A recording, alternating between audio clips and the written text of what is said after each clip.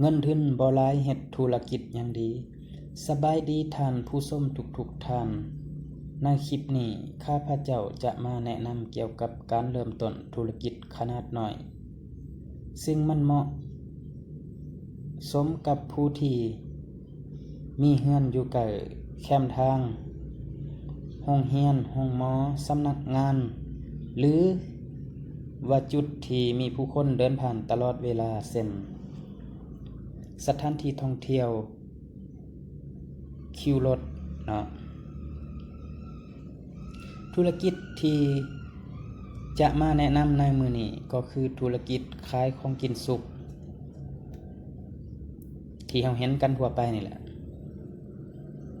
ข้าพเจ้าเชื่อว่าหลายคนอาจจะเบิ่งข้ามธุรกิจนี้ความจริงแล้วธุรกิจนี้สามารถเริ่มต้นด้วยเงินทุนที่ต่ำและมีขั้นตอนที่บ่ซับซ้อนหลายปานใดเนาะรายการอาหารที่เราควรเริ่มต้นด้วยธุรกิจนี้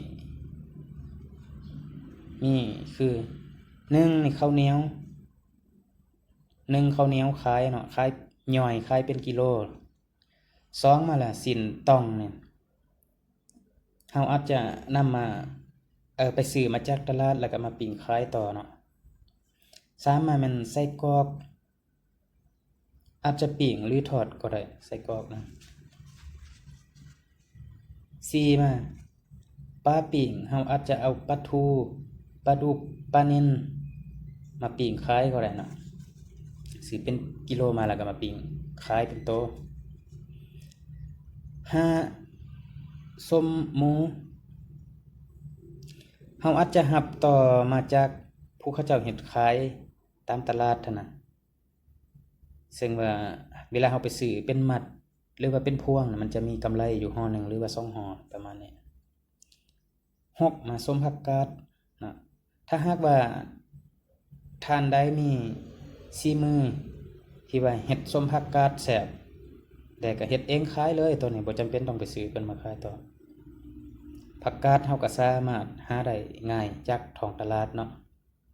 7มันแจ่วนี่มันก็มีแจ่วมะเผ็ดแจ่วมะเกลียนแจ่วปลาอีหยังไปเนาะเนี่ย